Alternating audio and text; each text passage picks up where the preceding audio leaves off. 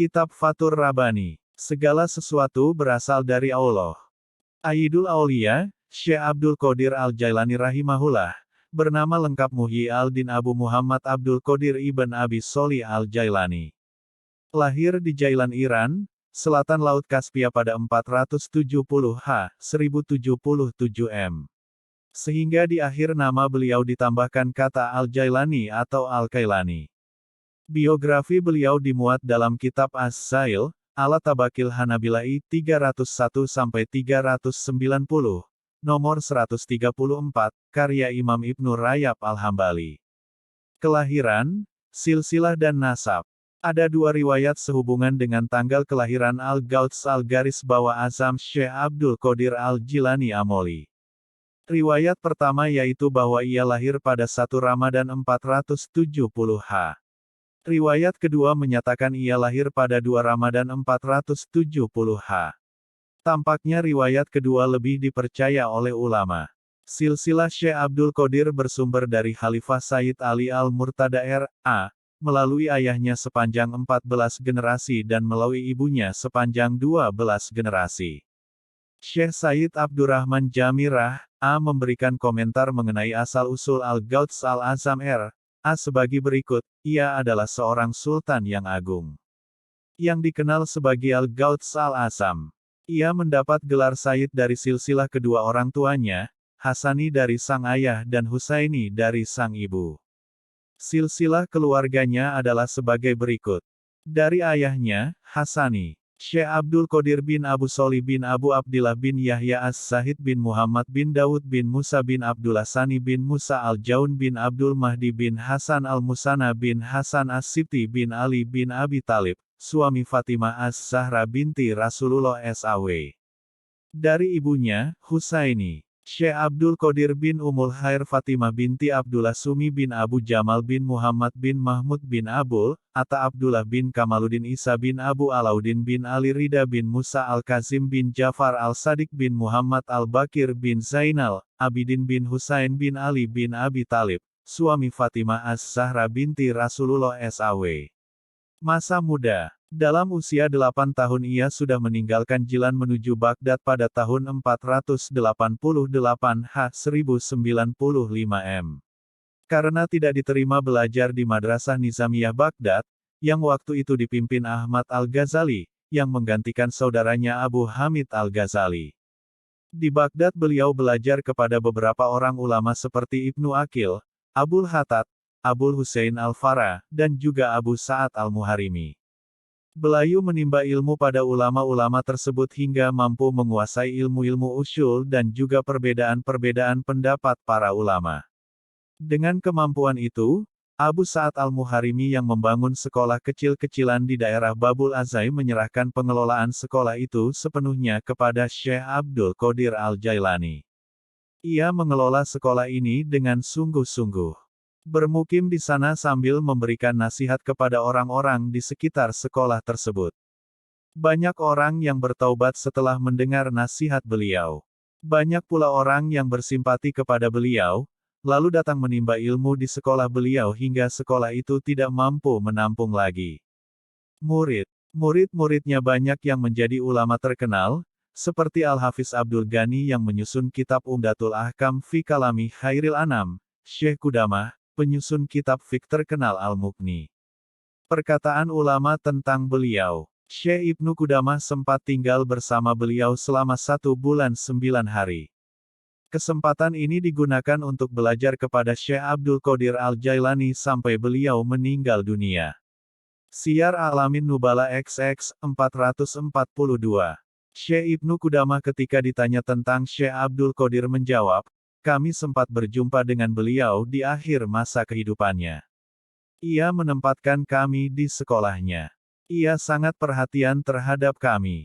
Kadang beliau mengutus putra beliau yang bernama Yahya untuk menyalakan lampu buat kami.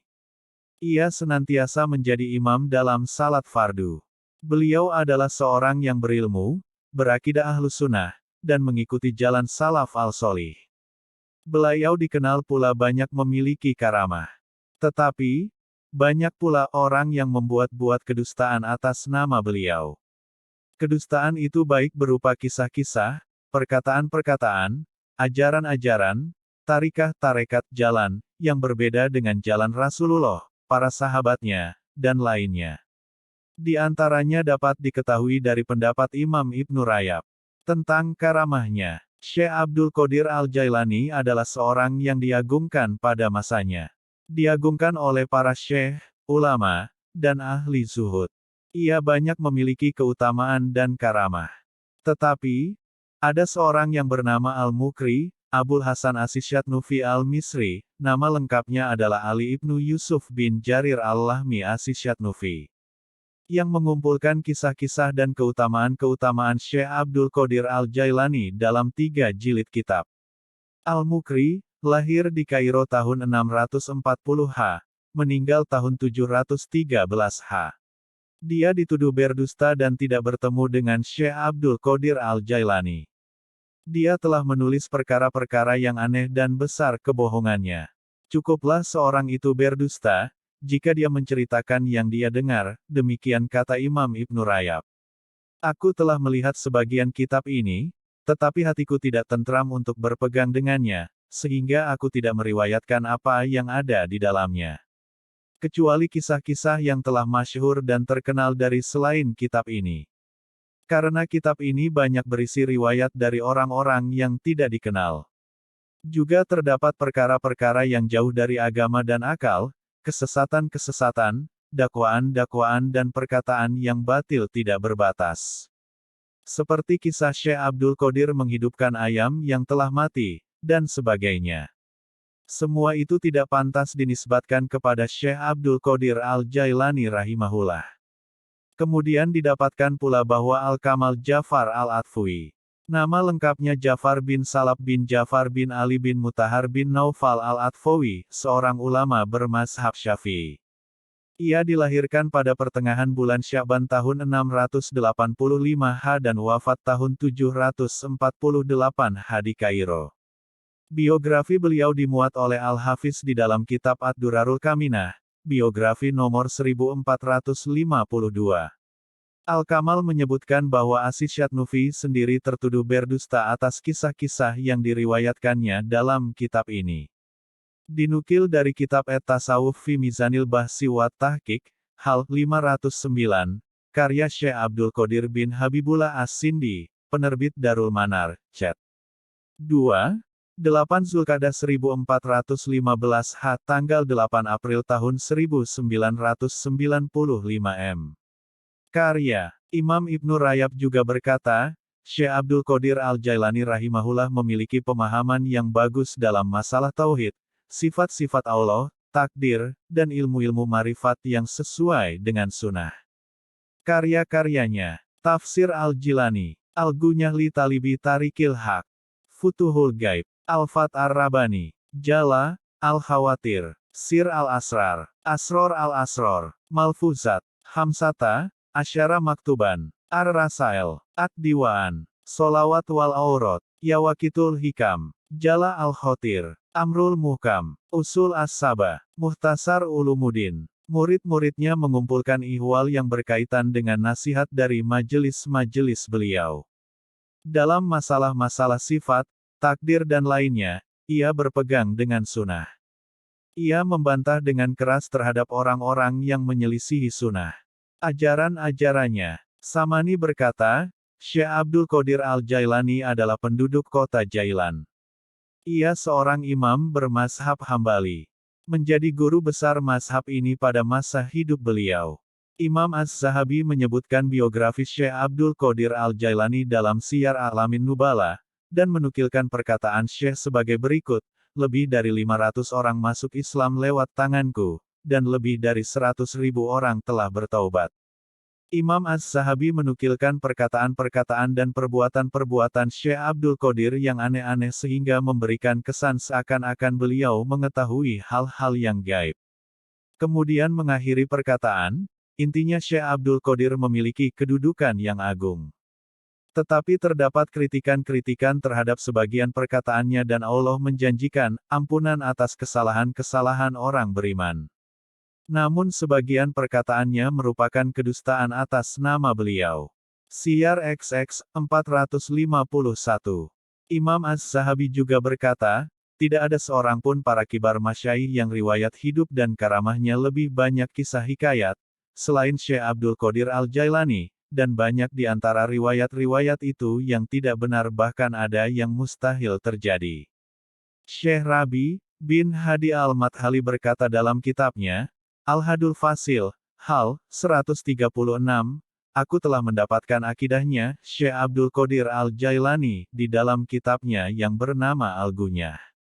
Lihat kitab Al-Gunyai, 83-94, maka aku mengetahui bahwa dia sebagai seorang salafi. Ia menetapkan nama-nama dan sifat-sifat Allah dan akidah-akidah lainnya di atas manhaj salaf. Ia juga membantah kelompok-kelompok Syiah, Rafidah, Jahmiyah, Jabariyah, Salimiyah, dan kelompok lainnya dengan manhaj salaf. At-Tasawuf fi Mizanil Bahsi wa Tahqiq, Hal 509, karya Syekh Abdul Qadir bin Habibullah As-Sindi, penerbit Darul Manar, Cet. 2. 8 Zulkadah 1415 H tanggal 8 April tahun 1995 M. Awal kemasyhuran. Al-Jabai berkata bahwa Syekh Abdul Qadir pernah berkata kepadanya, tidur dan bangunku sudah diatur. Pada suatu saat dalam dadaku timbul keinginan yang kuat untuk berbicara. Begitu kuatnya sampai aku merasa tercekik jika tidak berbicara. Dan ketika berbicara, aku tidak dapat menghentikannya. Pada saat itu ada 2 atau 3 orang yang mendengarkan perkataanku. Kemudian mereka mengabarkan apa yang aku ucapkan kepada orang-orang, dan mereka pun berduyun-duyun mendatangiku di Masjid Bab Al-Halbah. Karena tidak memungkinkan lagi, aku dipindahkan ke tengah kota dan dikelilingi dengan lampu. Orang-orang tetap datang di malam hari dengan membawa lilin dan obor hingga memenuhi tempat tersebut. Kemudian, aku dibawa keluar kota dan ditempatkan di sebuah musala. Namun, orang-orang tetap datang kepadaku, dengan mengendarai kuda, unta bahkan keledai dan menempati tempat di sekelilingku. Saat itu hadir sekitar 70 orang para wali radhiyallahu anhum. Kemudian, Syekh Abdul Qadir melanjutkan, aku melihat Rasulullah SAW sebelum zuhur, beliau berkata kepadaku, anakku, mengapa engkau tidak berbicara? Aku menjawab, ayahku, bagaimana aku yang non-Arab ini berbicara di depan orang-orang fasih dari Baghdad? Ia berkata, buka mulutmu. Lalu, beliau meludah 7 kali ke dalam mulutku kemudian berkata, bicaralah dan ajak mereka ke jalan Allah dengan hikmah dan peringatan yang baik. Setelah itu, aku salat zuhur dan duduk serta mendapati jumlah yang sangat luar biasa banyaknya sehingga membuatku gemetar. Kemudian aku melihat Ali R.A. datang dan berkata, buka mulutmu. Ia lalu meludah 6 kali ke dalam mulutku dan ketika aku bertanya kepadanya mengapa beliau tidak meludah 7 kali seperti yang dilakukan Rasulullah SAW, beliau menjawab bahwa beliau melakukan itu karena rasa hormat beliau kepada Rasulullah SAW. Kemudian, aku berkata, pikiran, sang penyelam yang mencari mutiara marifah dengan menyelami laut hati, mencampakkannya ke pantai dada, dilelang oleh lidah sang calo, kemudian dibeli dengan permata ketaatan dalam rumah yang diizinkan Allah untuk diangkat. Ia kemudian menyitir, dan untuk wanita seperti Laila, seorang pria dapat membunuh dirinya dan menjadikan maut dan siksaan sebagai sesuatu yang manis. Dalam beberapa manuskrip didapatkan bahwa Syekh Abdul Qadir berkata, sebuah suara berkata kepadaku saat aku berada di pengasingan diri, kembali ke Baghdad dan ceramahilah orang-orang. Aku pun ke Baghdad dan menemukan para penduduknya dalam kondisi yang tidak aku sukai dan karena itulah aku tidak jadi mengikuti mereka. Sesungguhnya, kata suara tersebut, mereka akan mendapatkan manfaat dari keberadaan dirimu. Apa hubungan mereka dengan keselamatan agamaku, keyakinanku, tanyaku. Kembali ke Baghdad dan engkau akan mendapatkan keselamatan agamamu, jawab suara itu. Aku pun membuat 70 perjanjian dengan Allah. Di antaranya adalah tidak ada seorang pun yang menentangku dan tidak ada seorang muridku yang meninggal kecuali dalam keadaan bertaubat. Setelah itu, aku kembali ke Baghdad dan mulai berceramah. Beberapa kejadian penting. Suatu ketika, saat aku berceramah aku melihat sebuah cahaya terang benderang mendatangi aku. Apa ini dan ada apa? Tanyaku. Rasulullah SAW akan datang menemuimu untuk memberikan selamat, jawab sebuah suara. Sinar tersebut semakin membesar dan aku mulai masuk dalam kondisi spiritual yang membuatku setengah sadar. Lalu, aku melihat Rasulullah SAW di depan mimbar, mengambang di udara dan memanggilku, "Wahai Abdul Qadir." Begitu gembiranya aku dengan kedatangan Rasulullah SAW, aku melangkah naik ke udara menghampirinya. Ia meludah ke dalam mulutku 7 kali. Kemudian Ali datang dan meludah ke dalam mulutku 3 kali. Mengapa engkau tidak melakukan seperti yang dilakukan Rasulullah SAW? Tanyaku kepadanya. Sebagai rasa hormatku kepada Rasulullah SAW, jawab beliau. Rasulullah SAW kemudian memakaikan jubah kehormatan kepadaku. Apa ini? Tanyaku. Ini, jawab Rasulullah, adalah jubah kewalianmu dan dikhususkan kepada orang-orang yang mendapat derajat qut dalam jenjang kewalian. Setelah itu, aku pun tercerahkan dan mulai berceramah. Saat Nabi Khidir AS datang hendak mengujiku dengan ujian yang diberikan kepada para wali sebelumku, Allah membukakan rahasianya dan apa yang akan dikatakannya kepadaku. Aku berkata kepadanya, "Wahai Khidir, apabila engkau berkata kepadaku, engkau tidak akan sabar kepadaku, aku akan berkata kepadamu, engkau tidak akan sabar kepadaku. Wahai Khidir, engkau termasuk golongan Israel sedangkan aku termasuk golongan Muhammad, inilah aku dan engkau. Aku dan engkau seperti sebuah bola dan lapangan. Yang ini Muhammad dan yang ini Ar-Rahman, ini kuda berpelana, busur terentang dan pedang terhunus." Al-Khattab pelayan Syekh Abdul Qadir meriwayatkan bahwa suatu hari ketika beliau sedang berceramah tiba-tiba beliau berjalan naik ke udara dan berkata, "Hai orang Israel, dengarkan apa yang dikatakan oleh kaum Muhammad," lalu kembali ke tempatnya. Saat ditanya mengenai hal tersebut beliau menjawab, "Tadi Abu Abbas Al-Khidir AS lewat dan aku pun berbicara kepadanya seperti yang kalian dengar tadi dan ia berhenti." Hubungan guru dan murid. Syekh Abdul Qadir berkata, seorang syekh tidak dapat dikatakan mencapai puncak spiritual kecuali apabila 12 karakter berikut ini telah mendarah daging dalam dirinya. 2 karakter dari Allah yaitu dia menjadi seorang yang satar, menutup aib, dan Ghafar pemaaf. 2 karakter dari Rasulullah SAW yaitu penyayang dan lembut. 2 karakter dari Abu Bakar yaitu jujur dan dapat dipercaya. 2 karakter dari Umar yaitu amar ma'ruf nahi munkar. 2 karakter dari Utsman yaitu dermawan dan bangun tahajud pada waktu orang lain sedang tidur. 2 karakter dari Ali yaitu alim, cerdas intelek, dan pemberani. Masih berkenaan dengan pembicaraan di atas dalam bait syair yang dinisbatkan kepadanya dikatakan, "Bila 5 perkara tidak terdapat dalam diri seorang syekh maka ia adalah dajjal yang mengajak kepada kesesatan. Dia harus sangat mengetahui hukum-hukum syariat zahir, mencari ilmu hakikah dari sumbernya, hormat dan ramah kepada tamu, lemah lembut kepada si miskin, mengawasi para muridnya sedang ia selalu merasa diawasi oleh Allah."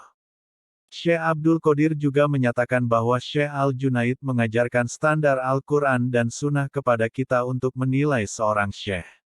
Apabila ia tidak hafal Al-Quran, tidak menulis dan menghafal hadits, dia tidak pantas untuk diikuti. Alira bertanya kepada Rasulullah SAW, "Wahai Rasulullah, jalan manakah yang terdekat untuk sampai kepada Allah, paling mudah bagi hambanya dan paling afdal di sisinya?" Rasulullah berkata, "Ali, hendaknya jangan putus berzikir, mengingat kepada Allah dalam halwat kontemplasinya." Kemudian, Alira kembali berkata, "Hanya demikiankah fadilah zikir, sedangkan semua orang berzikir?" Rasulullah berkata, "Tidak hanya itu wahai Ali, kiamat tidak akan terjadi di muka bumi ini selama masih ada orang yang mengucapkan, Allah, Allah. Bagaimana aku berzikir?" Tanya Ali. Rasulullah bersabda, "Dengarkan apa yang aku ucapkan. Aku akan mengucapkannya sebanyak 3 kali dan aku akan mendengarkan engkau mengulanginya sebanyak 3 kali pula." Lalu, Rasulullah berkata, La ilaha illallah, sebanyak 3 kali dengan mata terpejam dan suara keras. Ucapan tersebut diulang oleh Ali dengan cara yang sama seperti yang Rasulullah lakukan. Inilah asal talqin kalimat la ilaha illallah. Semoga Allah memberikan taufiknya kepada kita dengan kalimat tersebut. Syekh Abdul Qadir berkata, kalimat tauhid akan sulit hadir pada seorang individu yang belum ditalkin dengan zikir bersilsilah kepada Rasulullah oleh mursyidnya saat menghadapi sakaratul maut. Karena itulah Syekh Abdul Qadir selalu mengulang-ulang syair yang berbunyi, wahai yang enak diulang dan diucapkan kalimat tauhid, jangan engkau lupakan aku saat perpisahan, maut. Pada tahun 521 H. 1127 M, dia mengajar dan berfatwa dalam semua mazhab pada masyarakat sampai dikenal masyarakat luas. Selama 25 tahun Syekh Abdul Qadir menghabiskan waktunya sebagai pengembara sufi di padang pasir Irak dan akhirnya dikenal oleh dunia sebagai tokoh sufi besar dunia Islam. Selain itu dia memimpin madrasah dan ribat di Baghdad yang didirikan sejak 521 H sampai wafatnya di tahun 561 H. Madrasah itu tetap bertahan dengan dipimpin anaknya Abdul Wahab. 552 sampai 593 H tahun 1151 sampai tahun 1196 M diteruskan anaknya Abdul Salam 611 H 1214 M. Juga dipimpin anak kedua Syekh Abdul Qadir, Abdul Razak 528 sampai 603 H tahun 1134 sampai tahun 1206 M, sampai hancurnya Baghdad pada tahun 656 H 1258 M. Syekh Abdul Qadir juga dikenal sebagai pendiri sekaligus penyebar salah satu tarekat terbesar di dunia bernama Tarekat Qadiriyah. Ia wafat pada hari Sabtu malam, setelah maghrib, pada tanggal 9 Rabiul Akhir di daerah Babul Azaj wafat di Baghdad pada 561 H 1166 M.